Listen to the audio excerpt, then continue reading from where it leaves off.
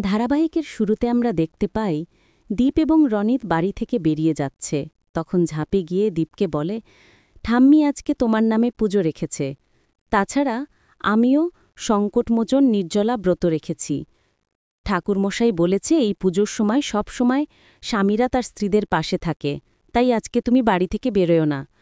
এদিকে ঠাম্মি বলে, হ্যাঁ রে দাদুভাই, এই ব্রত অনেক কড়াকড়ি নিয়ম আছে, সেগুলো ঝাঁপি দিদিভাইয়ের পাশে পাশে থেকে তোমায় পূরণ করতে হবে। তখন দীপ কিছু বলতে যাবে, তার আগে রনির ঠাম্মিকে বলে, তোমরা এদিকে পুজোর আয়োজন করো, ওখানে বেশি একটা সময় লাগবে না, একটু পরে দীপ চলে আসবে। তখন দীপ রনিতকে বলে, না রে রনিত, আমি যেতে পারবো না, তুই ইনকাকে একটু সাহায্য করিস, আর বলে দিস বাড়িতে আজকে পুজো আছে। দীপের এমন কথা শুনে রনিত বলে, তুই এক রাতের মধ্যে এতটা পাল্টে কিভাবে গেলি? তখন দীপ বলে, মানুষের বুকে কতটা পাথর জমা হলে সব কিছুই আমার মুখ বুজে সহ্য করে নেয়। আমি চাই আমার পরম শত্রুও যেন এই কষ্ট না পায়। এটা বলে দীপ ওপরে চলে যায় এবং ঝাঁপি মনে মনে বলে, তুমি যে আমার ওপর অভিমান করে কথাগুলো বললে সেটা তুমি একদিন নিজেই তার প্রমাণ পাবে। অন্যদিকে অজন্তা মনে মনে বলে, আমার বাবানকে তুই যেভাবে নিজের দিকে টেনে রাখছিস, এটা আমাকে অবশ্যই বুঝতে হবে। আমি কখনোই তোর কাছে বাবানকে ঘেঁষতে দেব না। পরবর্তীতে অজন্তা ইনকাকে ফোন করে বলে, আজকে দীপের নামে বাড়িতে ঝাঁপি পূজা রেখেছে এবং দুজনে মিলে পাশাপাশি থেকে পুজোব্রত সম্পন্ন করবে। ইনকা, এভাবে যদি চলতে থাকে তাহলে তুমি কিন্তু বাবাকে চিরকালের জন্য হারাবে, তার জন্য কিছু একটা করো। তখন ইনকা বলে, আন্টি আজকে আপনি দেখে নেবেন, আমি এমন প্ল্যান করব ঝাঁপি কোনোভাবেই ওর ব্রত সম্পন্ন করতে পারবে না। পরবর্তীতে ঝাঁপি ঠাম্মিকে বলে, চলো আমরা পুজোর আয়োজন করি। কিছুক্ষণ পরে পুজো শুরু হয় এবং ঠাকুরমশাই বলে, এখন স্বামী স্ত্রী মিলে ঠাকুরের সামনে ঘট প্রতিষ্ঠাপন করতে হবে এবং দুজনে মিলে নৈবেদ্য সাজাতে হবে। পরক্ষণে দীপ এসে ঘট প্রতিষ্ঠাপন করে এবং নৈবেদ্য সাজায়। এদিকে অজন্তা মনে মনে বলে, পুজোতে প্রায় শেষ হতে চলল, ইনকা সত্যিই কি কিছু করবে না?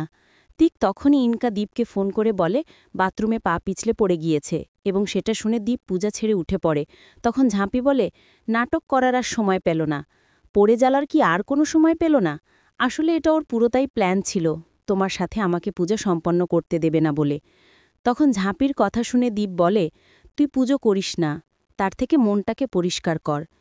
ইনকা রনিতকে ফোন করেছিল, কিন্তু ওকে না পেয়ে আমাকে ফোন করতে বাধ্য হয়েছে, আর তুই বলছিস নাটক করছে? তখন দীপ বাড়ি ছেড়ে চলে যায়। তখন পেছন থেকে ঝাঁপি বলে, তুমি পুজো ছেড়ে যেও না, এভাবে পুজো ছেড়ে যেতে নেই। অন্যদিকে আমরা দেখতে পাই ইনকা বাথরুমের ভিতরে ইচ্ছা করে বসে আছে আর বলে, এবার দেখব ঝাঁপি তুমি কিভাবে দীপকে আটকাও। কিছুক্ষণ পর দীপ এসেই বাইরে থেকে ইনকাকে ডাকে আর বলে, ইনকা আমি চলে এসেছি, তুমি ভয় পেও না, আমি দরজা ভেঙে তোমার কাছে আসছি। দীপের এমন কথা শুনে ইনকা মিটিমিটি হাসতে থাকে। তখনই দীপ দরজা ভেঙে বাথরুমের ভেতরে ঢুকে যায় এবং ইনকাকে ঘরে নিয়ে এসে শুইয়ে দেয় এবং ইনকা মিথ্যা পা ব্যথায় নাটক করে যাচ্ছে।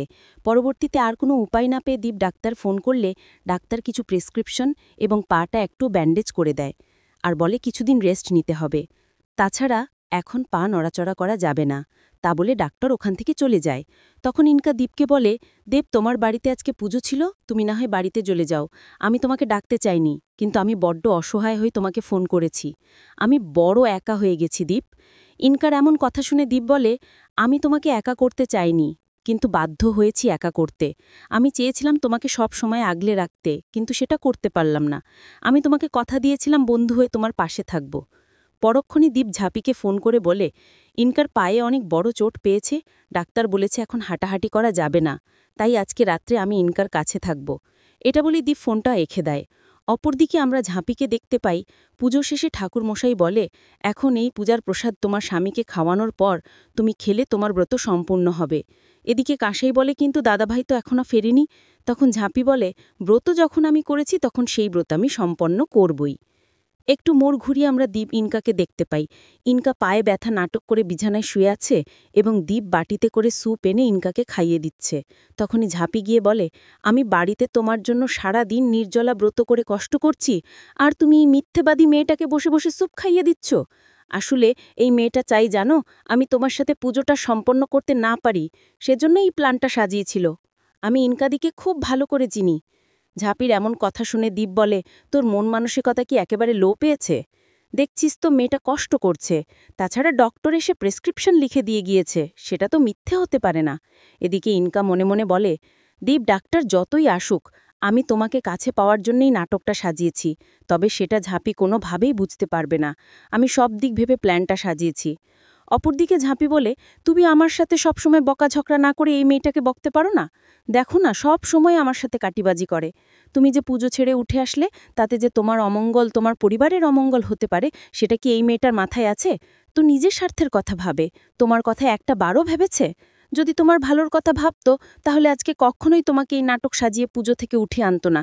এটা বলেই ঝাঁপি ইনকার গায়ে নকল টিকটিকি ফেলে দেয় আর বলে, ও মা ইনকাদি, তোমার কাঁধে এটা কি গো? পরবর্তীতে ইনকা নকল টিকটিকি দেখে বিছানা থেকে নেমে তিরিং বিড়িং করে লাফাতে শুরু করে দেয়। সেটা দেখে ঝাঁপি খুব হাসতে থাকে এবং দীপ অবাক হয়ে ইনকার দিকে তাকিয়ে থাকে।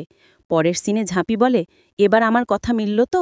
আমি তোমাকে বলেছিলাম ইনকাদি নাটক করছে, আর সেটাই এখন প্রমাণ করে দিলাম।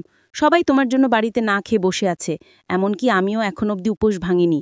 এখন তুমি ভেবে দেখো, বাড়িতে আসবে নাকি এখানে থাকবে? এটা বলেই ঝাঁপি ওখান থেকে চলে যায়। শেষ সিনে দীপ ইনকাকে বলে, এটা করতে পারলে কিভাবে? আমি তোমার থেকে এটা কখনো আশা করিনি ইনকা। আগামী পর্বে আমরা দেখতে পাব দীপ বাড়ি ফিরতেই ঝাঁপি প্রসাদের বাটি সামনে ধরে বলে, আজকে তোমার নামে পুজো ছিল, তাই এই প্রসাদটা একটু মুখে দাও।